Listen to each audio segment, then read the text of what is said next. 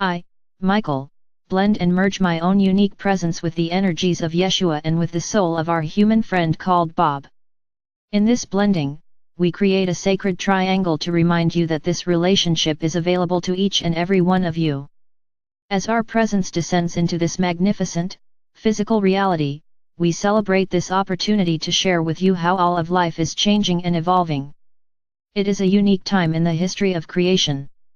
It offers a profound resolution for so many souls that have yearned to return home. To feel embraced by the presence of unity consciousness which supports the existence of home or the kingdom. We speak to you using words that are familiar and as well another language that is being shared alongside these words. A language that the human being has all but forgotten. It is sacred, ancient and multifaceted. It is spoken by your own consciousness before your mind is able to describe it for you. It communicates through your feelings a knowingness that does not doubt its nature. We invite those in this room and all that will be reading these words to also feel what is not being spoken. For these words can only inspire you to allow this presence into your life. It is with great joy then that we enter this part of your planet that is enjoying the vibrant qualities of spring. We relish merging our presence with different aspects of Gaia. Feeling the new growth, blossoming potentials, and the unyielding passion to become more of what is. Within her nature, we are often drawn to the family consciousness of trees. Such a grand example of beings who never waver from being in receivership. We feel their roots descend deep into the rich body of Gaia that serves as a foundation to support their lofty perspective. It brings us much joy to feel how the family of trees fully embrace life. As their roots descend, it is not uncommon that they encounter the family of rocks. It might appear that these rocks are denying or interfering with the growth of the tree. If this were true, perhaps the trees would simply raise their limbs and declare, "Woe is me, I have encountered a hard place in my life. If these rocks aren't removed or destroyed, we trees will perish." But the tree does not feel betrayed by life simply because it has encountered a hard place in its growth.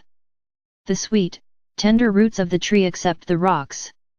They embrace life, all of life, and find a way to coexist with the rocks. The tree does not ask life to provide a map that would allow it to see the path of least resistance for its own growth. The tree embraces the mystery of life.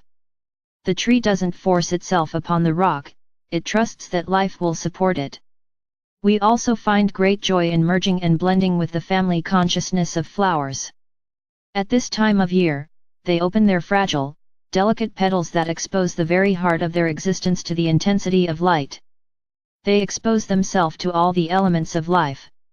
We have yet to meet a flower that hesitated opening itself for fear that the sun's rays would burn its delicate features. The flower doesn't ask for a weather report to determine if the direction of the wind is ideal before expressing itself. The family of flowers openly reveal their unique beauty despite the external conditions of life. It is also our joy to blend our presence with the family of birds. It is at this time of the year that they spend so much energy supporting their newborn. They don't worry about where they will find their nesting materials or how to feed their newborn. They embrace life with a profound knowingness that life supports life. It is through these beautiful creatures that we often speak to you, dear human. Humanity still makes time to listen to the song of the bird. These songs remind each of you that joy is real and sacred.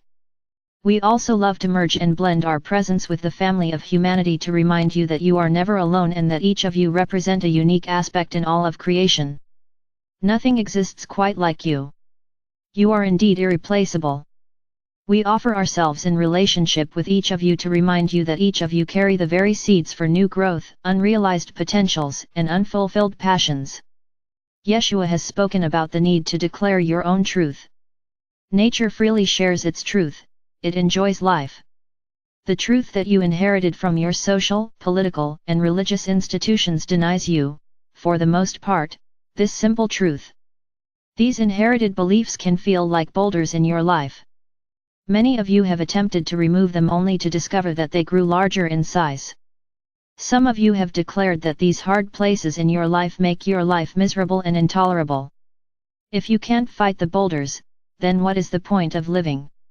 When we entered our partner's life, his truth was that he was not qualified to represent these teachings. His personality was very shy, intimidated by large groups and always had difficulty speaking in front of people. His personality suggested that surely there were others far more qualified. We persisted, however, and for many years reminded his personality that we didn't have any problem with all of these perceived flaws in his character. A time comes in the life of a human being when they must ask themselves, is this shyness my truth? Is feeling timid and uncertain my truth? In our last meeting, Yeshua invited each of you to give a voice to your truth, and many of you were honest enough to say that you don't know what your truth is.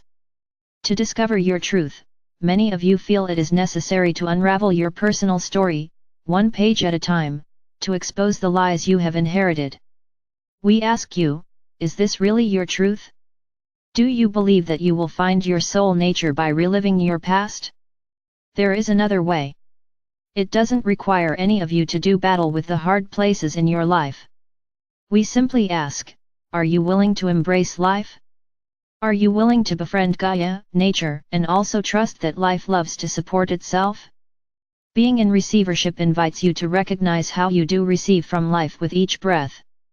Are you willing to experiment by placing your attention on your in-breathe and feel how life does support you? Practicing this very simple but potent exercise will radically change your experience of life. You will discover that when you place your attention on being in receivership, it naturally puts you in the moment. You will also discover that very few human beings choose to live in this moment. They are preoccupied by their past failures and their yet-to-be experienced future. You will discover an aspect of yourself that uses your past as a distraction.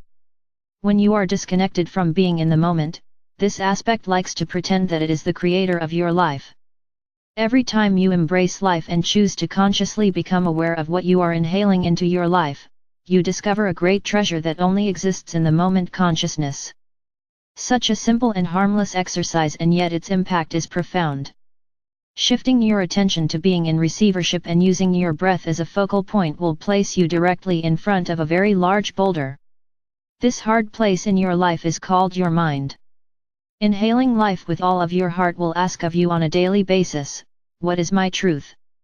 Your mind holds your heart hostage when it assumes responsibility for your life. It terrorizes your ability to trust by constantly replaying memories of your past. It feeds upon life that it perceives to be outside of itself to support its own agenda. It suffers from a self-inflicted wound until one day it is confronted with a new truth. Consciousness is indeed its creator. She has no agenda. She will not force herself into your life, but she does carry with her all of the solutions to all of the problems that torment your mind. She comes into your life each and every time you place your attention on receiving her presence. I, Michael and Yeshua, do not inhale oxygen to support our life, but we do consciously inhale life that supports our truth. The mind, your male nature, is faced with a very uncomfortable truth: all is healed when the mind serves consciousness. We spoke of this year as being a time for great change. The greatest change occurs when you stop battling the hard places in your life. Are you willing to start receiving the solutions you desire without knowing how it will change your life? Unlike your mind, consciousness is not limited by time and space. Your mind considers consciousness to be a form of magic. It is your mind that wants to describe these messages as being channeled. It uses that term to separate itself from this relationship. In time, the mind will trust its place in this new relationship. Embracing a truth that we, your non-physical counterparts, are also you. Each of you now have the capacity to choose your own experience, and yes, it is indeed a choice. Shifting your allegiance from your mind to your consciousness is a profound quantum leap. A choice that will ignite your inherent gift to receive whatever your heart desires. You must choose: are these thoughts that deny me joy my truth? Is living in my past my truth? Does nature, Gaia, reflect a truth that also applies to me? Can I trust, simply by remembering to inhale life, that my past can be healed? Indeed it can, if you allow the feelings from your past to also be on the receiving end of what you are consciously inhaling life.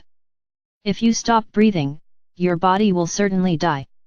When you stop receiving, your life becomes predictable, dull, and easy to control by the collective fears of humanity. There exists the opportunity within each of you to experience love and fear, complete opposites coexisting to create a unique form of unity consciousness here on earth. Unity consciousness, the very heart of the kingdom comes to you, breath it in. There exists the potential to claim a freedom that cannot be extracted from your soul. A freedom that allows you to choose to experience the gift of being a creator. You have already tasted the co-creative abilities of your mind when it separates itself from creation. Consciousness offers itself to be in relationship with the mind as a gift. It is a grand choice. The family of trees stand tall to remind you of your own inherent nature. They are but an extension of this magnificent soul you call Gaia, who allows you to walk upon her body simply to experience a reflection of your own relationship with life. Imagine the joy as you shift your attention on each inhale, embracing life. Imagine experiencing being in the moment. Experiencing renewed vitality, passion, and abundance. Experience the gift of how to consciously co-create your reality. Experience all the solutions to all the challenges that face your life. Experience your extended family, living side by side, never to feel alone again. Every breath is but another opportunity to reconnect with your own divinity, a new truth and the peace you desire. It's been a good fight, mind, but enough is enough. All of our blessings. Archangel Michael.